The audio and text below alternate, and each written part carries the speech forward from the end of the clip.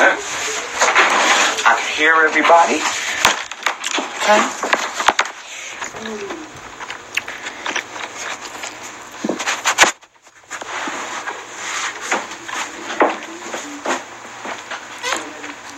Yo. Y'all niggas ready?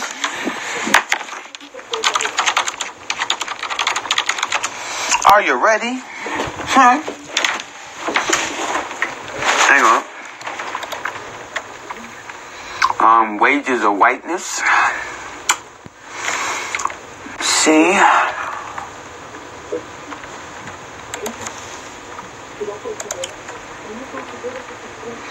Here's a wages of whiteness summary.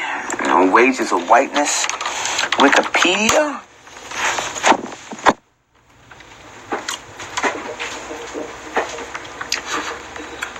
How many of y'all been around since the first or the second page? And if you have, do any of you have the videos that are? Because this is the thing. There's not nothing to record the video again.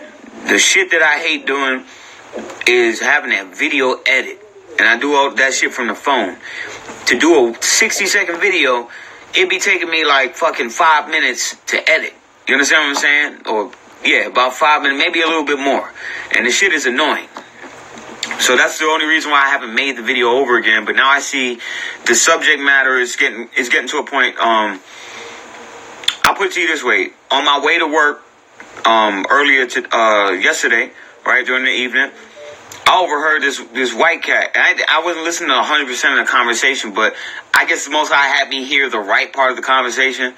And I don't know why I didn't just open my mouth and say something, but I don't know.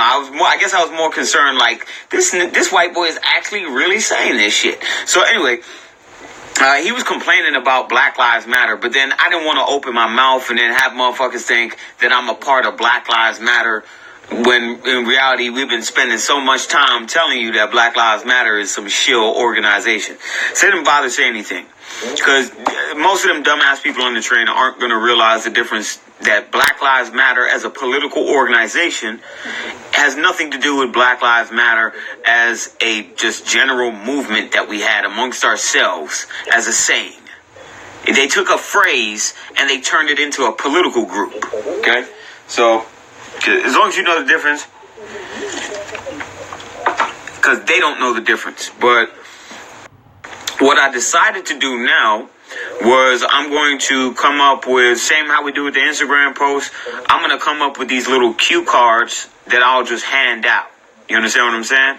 So the cue cards that I'm talking about, they used to, the memorization cards.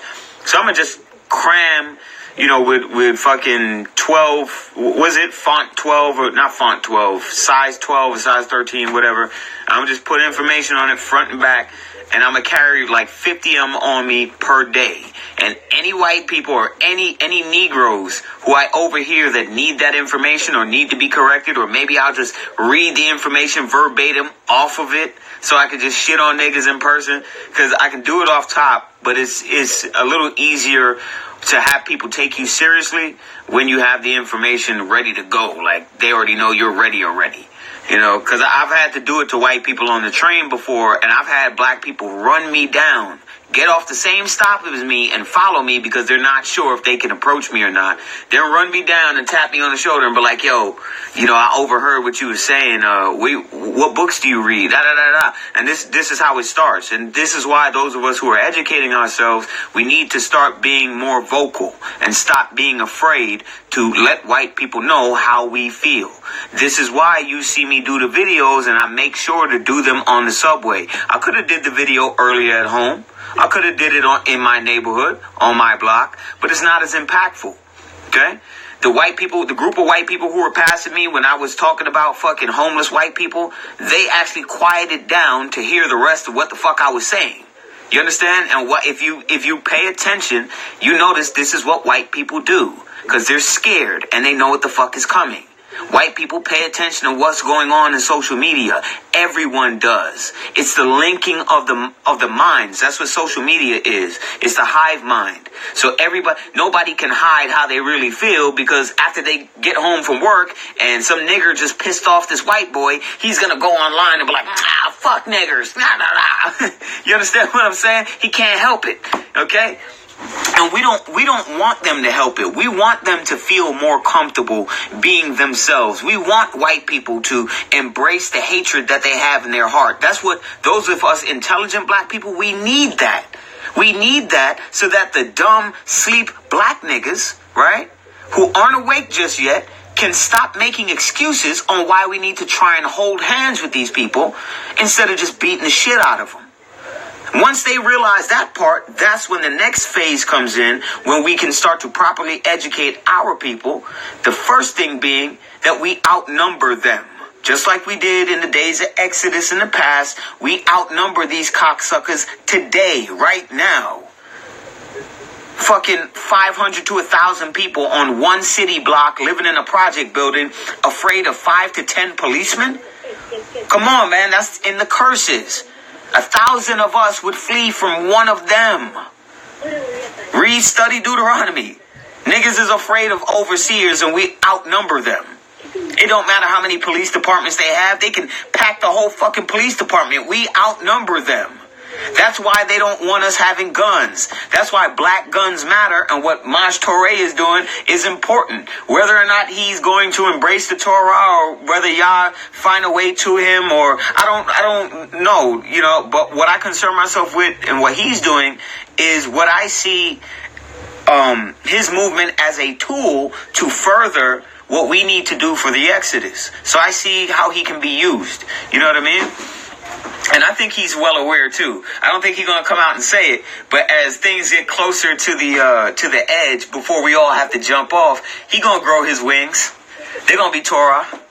I know it, or at least I hope so. But yeah, so this is what I plan to do: the wages to whiteness. So if you could find the videos online, if you have them, right? Please send me the wages to whiteness. Dear white people, lend me your ears videos. It's wages of whiteness. It's still a Dear White People video, but it's just wages of whiteness, in which we use this book that I'm about to advertise for y'all. Right? Real quick. Okay, hold up. Let me read y'all comments real quick just so I can catch up. I know you niggas complain. Nigga don't read no comments, son. He just talk. I'm blind, nigga.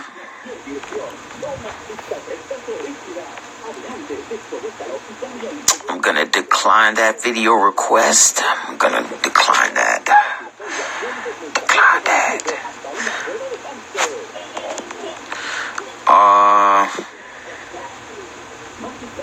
Let me see.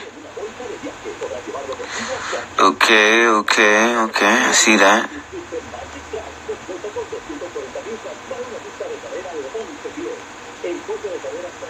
Hold up, I'm almost done. I'm just trying to see. Yeah. See, and that's the thing too with the Torah. It tells you to fear not, because once we know that God is on our side, and the only way that we're gonna get God on our side is once we come back to the 10 Commandments, the first 10 Commandments. Because remember, we're not in our own land, so we cannot apply any of the civil laws or any of those type of laws. We can't really apply them the way that we need to or the way that we want to because of the captivity. Which is why Yah tells us, just come back to the first 10 basic steps. Get that right. And then once I free you from your captivity and we set you up in the land again, then we can apply the civil laws and things of this nature. Okay? All right. Okay, so Wages of Whiteness by David R. Roediger. So people always ask me, why are you always buying books by white people? Here's the majority of the reason why. Is because when a majority of my intellectual debates usually in the past were not against, myself, other people like me. There were not many people like myself doing what we were doing for so many years back then. Yeah, at least in my generation. Wasn't brushing shoulders with people like that. Okay? Most people that I was having intellectual battles with, especially debating against atheists and against racism and things of that nature, were against white people. So anytime I used to use Afrocentric material, that's shit that they would hang over my head. You understand? Like some type of dark cloud of fucking guilt. Like I was supposed to be guilty for using black academic scholars. Like, the fuck out of here. As if you don't have fucking Eurocentric material. You know what I mean? Like they have a default truth. But at that time, I wasn't really thinking like that. I was just like, okay, you punk ass niggas don't. Hold up, I gotta line my do-rag up. There we go. I hate when the shit looks stupid.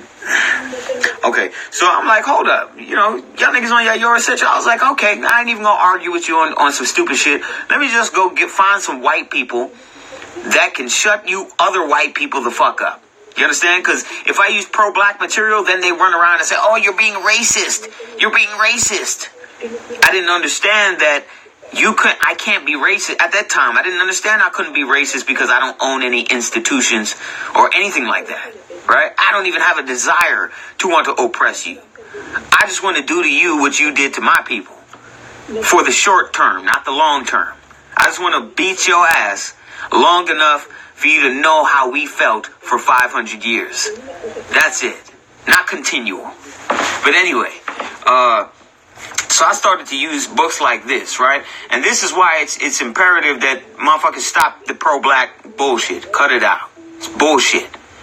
Okay? Be pro-truth.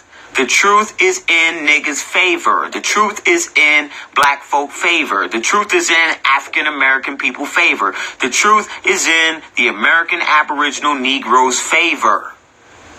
The Most High is the truth. So anything that's a fact is on his side. So therefore, if we align ourselves with the Most High, we align ourselves with the truth, which means we move further away from the lie, which means that we can clearly point the lie out.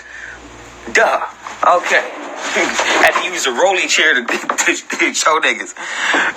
Alright, so this book, Wages to Whiteness, snapshot it so you know it. Or go to the Hebrew. Matter of fact, let me just do that right now. Hebrew. I might just change that to Hebrew Library. But let me put that there. Hold up. Pen. Okay.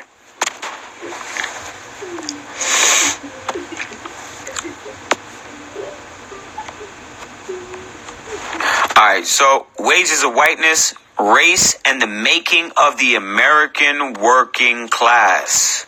Okay, so remember, there was no American working class like that until around the industrial age, okay? 19th centuries. This is why it's important to understand the context of history. This book is really good too. Working Toward Whiteness, very good book. Also by David R. Rudiger. And I'll share with you a few more books which are just like it. Let's see if I can find some that I bought down here. White by Law. No, I don't think I own that one.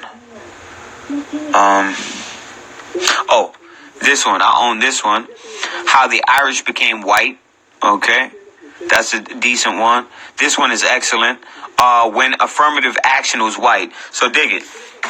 White people always complain about affirmative action, right? And that's a form of black privilege. Well, it's funny because when they were handing out land agreements and things of this nature, back when they were taking it, all the time, they still do it today. You understand? What do you think housing discrimination is? Like, how do you think white people got the land and the territories that they were able to build their farms off of to then create their businesses and companies and small corporations, which then developed into big corporations, which then developed into multinational corporations off of our resources and the sweat off our backs from the resources we produced?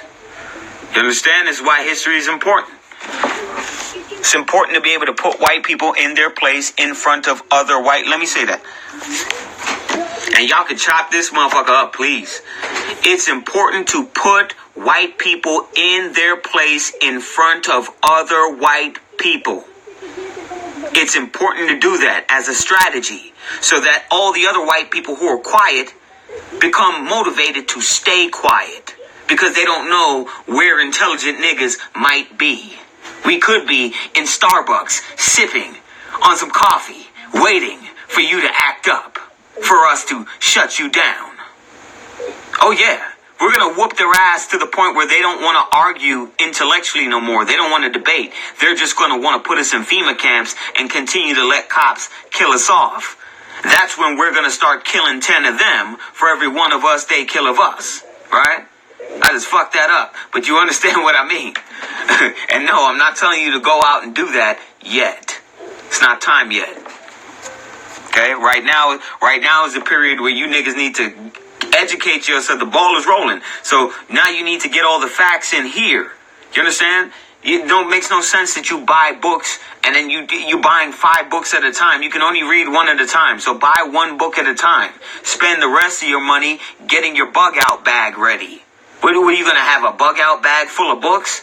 You really think I'm going to be carrying books in my book? Listen, whatever books I don't finish, that's it. I ain't get time. Remember, this life is a test. Okay, so everything we doing in preparation for what's coming is to prepare for the test. Everything you putting in your mind is to get you ready for what